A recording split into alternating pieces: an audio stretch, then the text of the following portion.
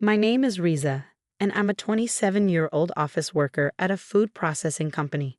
I've been married for 3 years. I met my husband Georgie, who's the same age as me, through a friend during our college days.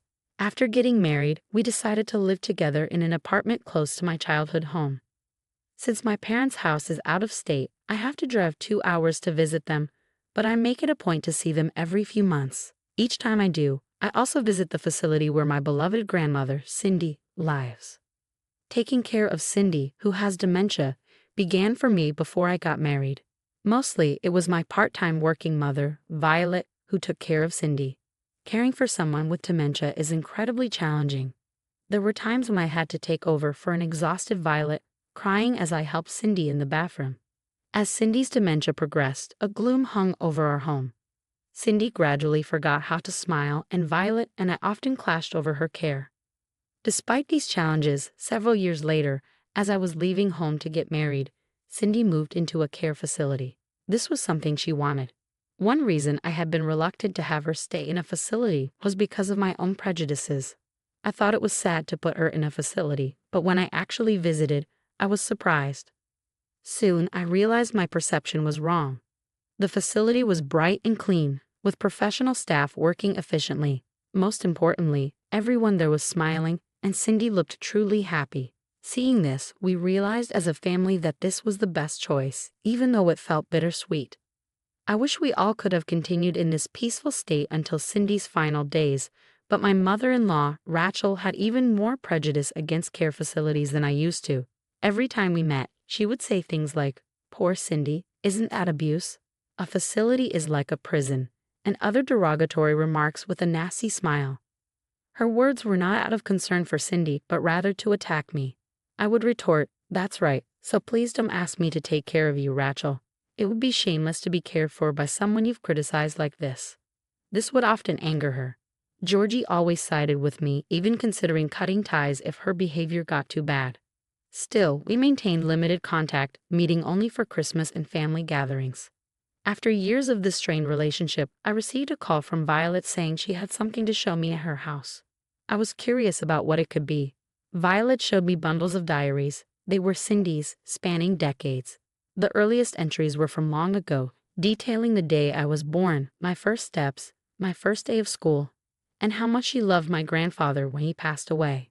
Most entries were about ordinary days, but some mentioned how my teenage rebellious words hurt her. Reading them, I felt regret, sadness, and nostalgia. Unable to hold back tears, I read on until I found a shocking entry. It described how Cindy, in the early stages of dementia, had taken a train alone to visit my grandfather's grave. At that time, we didn't fully understand what dementia was, and she got lost, causing a big commotion. In her diary, Cindy wrote, "I was anxious. I worried about Risa especially. Her once beautiful handwriting had transformed into shaky, childlike scribbles." The last legible line read, "I need to be stronger."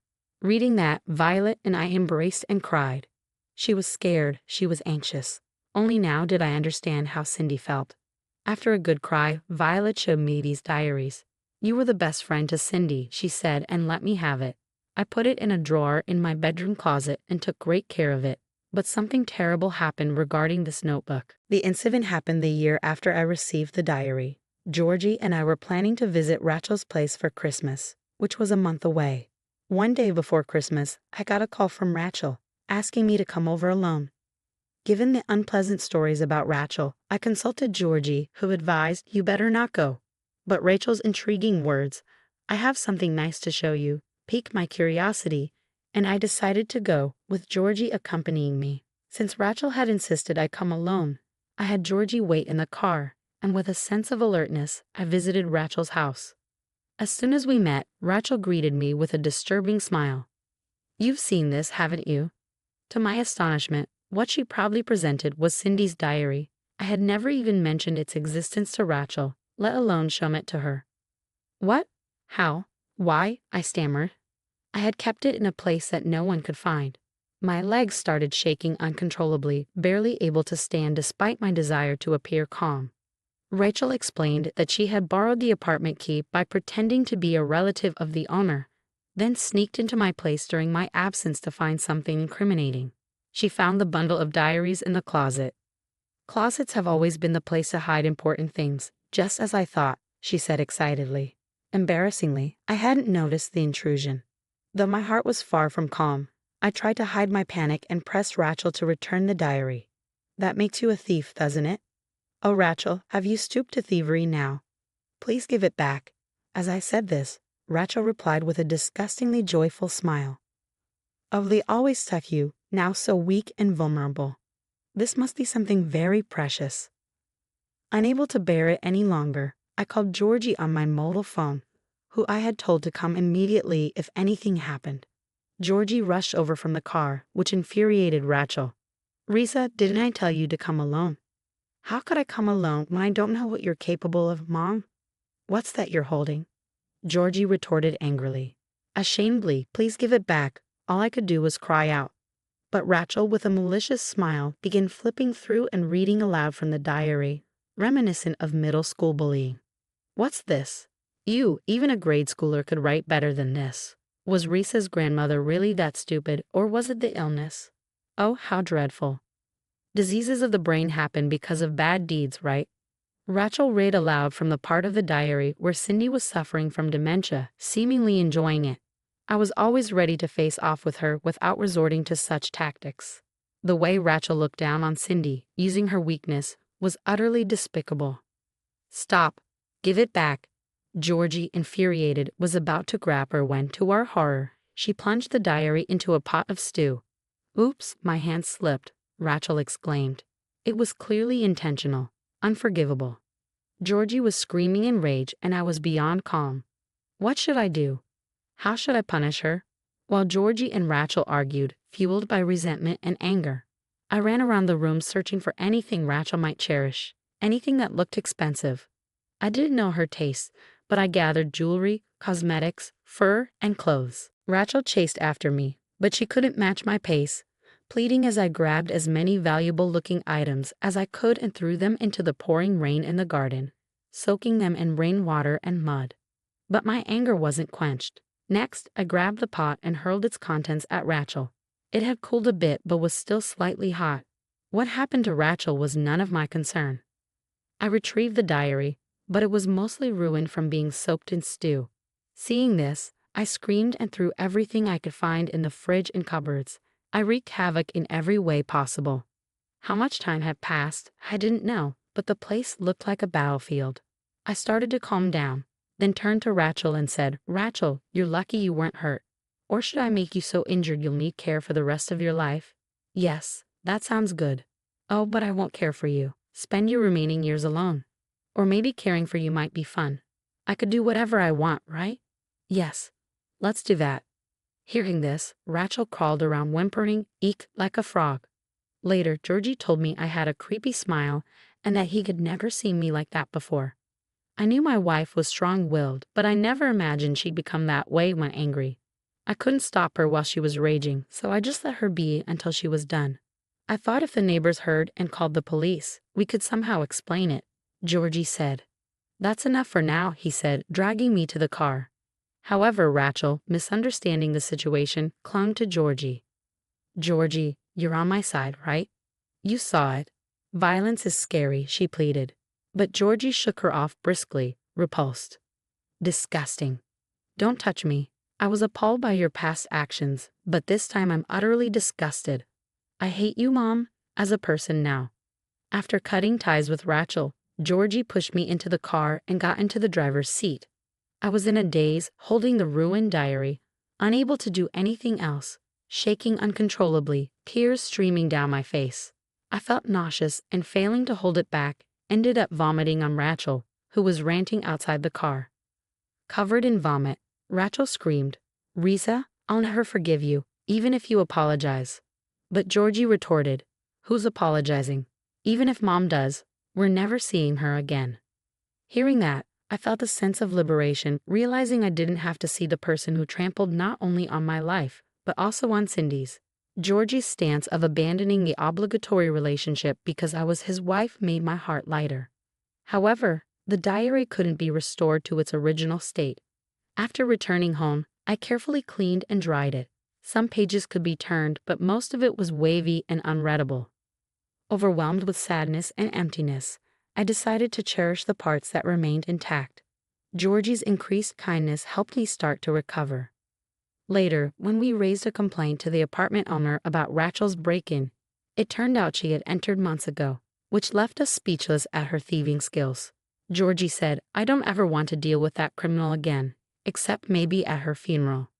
Crying, but since our apartment location was known, we couldn't risk future incidents. We considered moving and in the meantime added more locks to our apartment, installed an alarm system that rings with vibration, and set up dummy cameras at the entrance and inside, with one real camera inside the house. Our security measures were extreme for a rental apartment, but we managed it with full support from the owner, as the burglary was due to their oversight. Regarding moving, Georgie had tough negotiations, ensuring we get support, so we had no financial worries.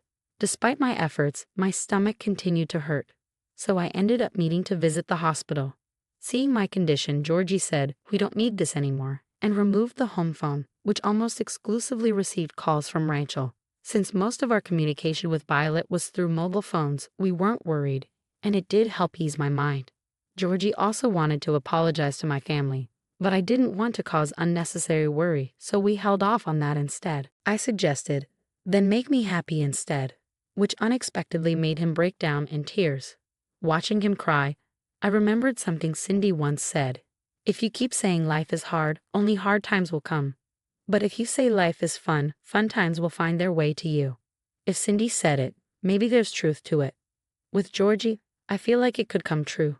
A month later, Georgie told me about a recent visit to my parents' house, a fact he initially withheld considering my mental state. After removing the home phone, Rachel had called him dozens of times. When she saw him, she clung to him again. He described her as pitiful and diminished, but she only spoke ill of me, asking, "You'll divorce that wife and come back home, right?" Seeing Rachel in that state, Georgie told my father-in-law, Sean, "I'm sorry, but I don't want to see my mom anymore. So Dad, please take care of Mom.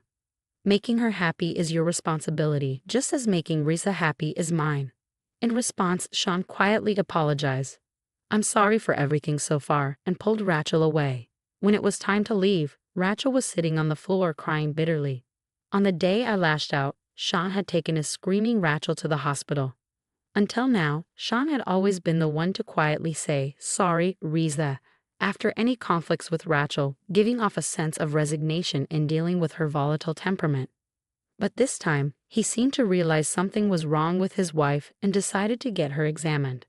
At this point, the doctors hadn't given a definitive diagnosis, but it seemed like Rachel might be suffering from empty nest syndrome. She felt as if her son, whom she had raised with all her effort, had been taken away by some unknown daughter-in-law, like a mother bird overwhelmed by the emptiness of her nest. The current approach is to help her accept reality. We don't have children yet, but hearing this made me feel sorry for her. Georgie, sensing my sympathy, firmly said, "Risa, are you thinking of going easy on her?" That's why I thought it'd be better not to talk about this. Whether it's illness or not, remember how many times we've been hurt by showing leniency. It's enough. I'm sorry. It seemed Georgie was much angrier than I was.